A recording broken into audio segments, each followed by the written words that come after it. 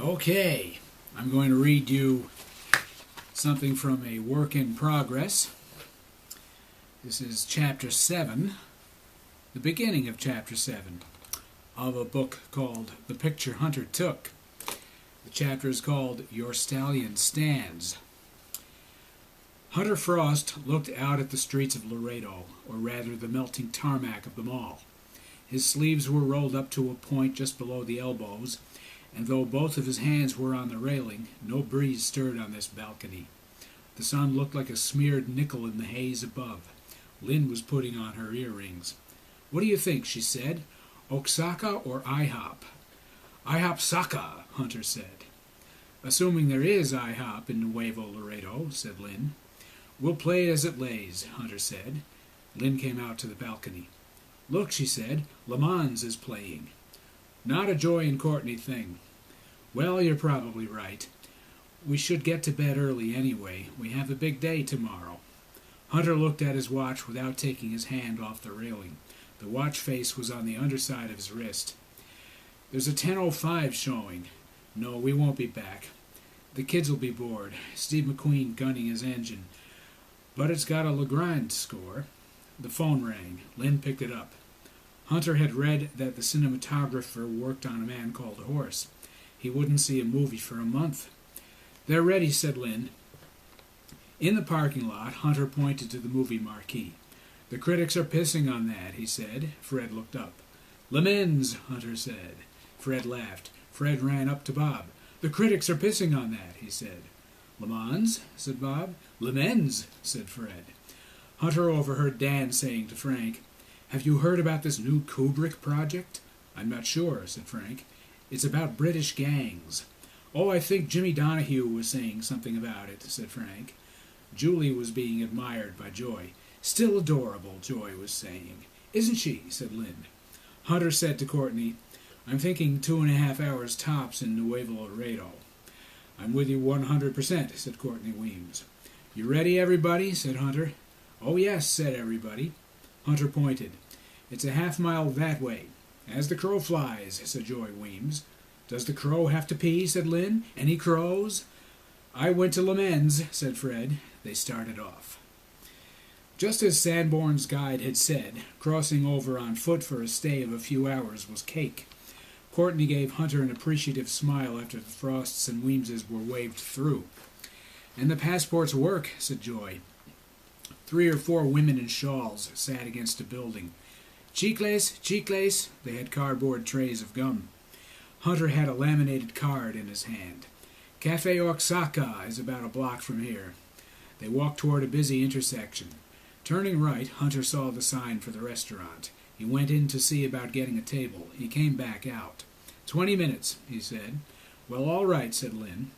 Hunter went back in and came out again. "We'll wait out here. It's crowded." "Can I get chiclets from those ladies?" said Fred. Nobody answered. "I have a centavo," said Fred. "Can I go get some chiclets?" "No," said Joy. "But they're in cellophane. I've never seen chiclets in cellophane." "We have to stand here 20 minutes, said Bill. "Get gum," said Hunter. "Hurry." Bill and Bob and Fred went around the corner. "Wait," said Joy. "Stay with me," she was saying to the boys. As Joy and Bob, Bill and Fred disappeared around the corner, Hunter looked around. Lynn and Dan stood patiently. Courtney and Frank stood passively. Hunter had put on a jacket before leaving the Best Western. He noticed Courtney had a jacket on, too. The street was filled with tourists in T-shirts and flip-flops. The sun had not gone down yet. "Fred," said Courtney, "will display a remarkable sense of novelty. He is going to read every gum wrapper out loud, and will marvel that American products are made elsewhere than home." Lynn adjusted a ribbon in Julie's hair. "We'll eat soon," she said. "I expect Herb Alpert to round the corner," said Frank. "He is rounding the corner," said Dan. "In Tijuana." "Oh, here they are," said Lynn.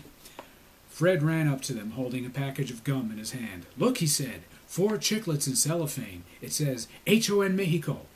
Frank held an index finger aloft, making a rotating motion. "Whoop-de-doo," he said. "You can't say whoop-de-doo," said Fred. "I can say it," said Dan. "Whoop-de-doo." He held up his index finger and made the rotating motion. "But this is interesting," said Fred. "Oh, how interesting," Frank said. I can buy gum in another country. Frank, said Fred. Hunter went inside. He came back out. Lynn, said Joy, would Julie like a chicle? Oh, I think she would. Julie, would you like a little gum? Julie nodded. Es hecho en Mexico, said Fred.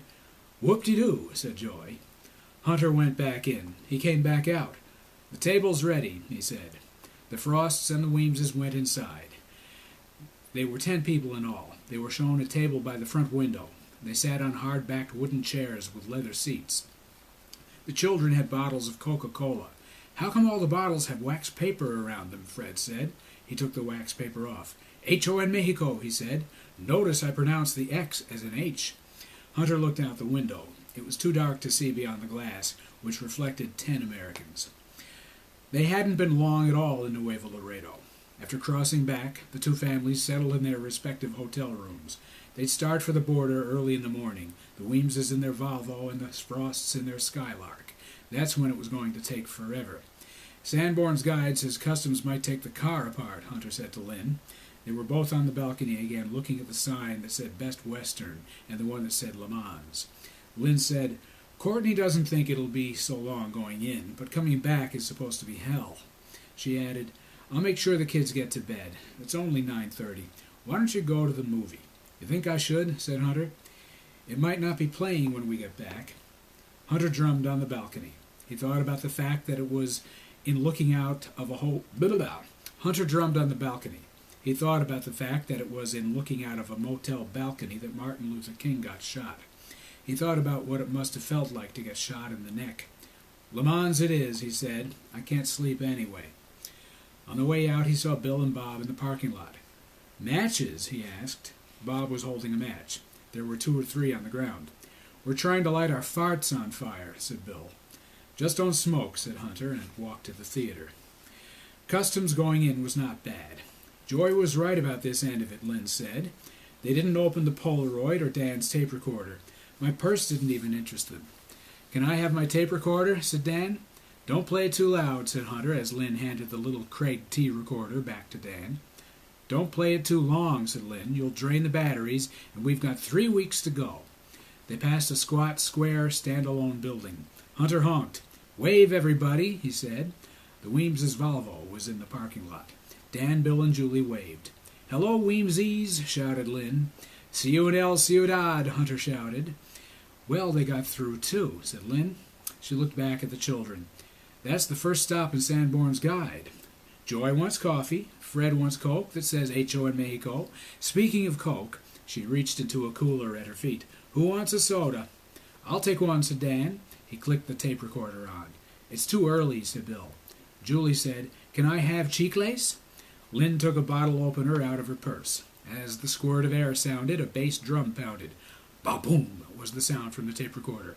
Conquistador, your stallion stands, sang a voice, in need of company.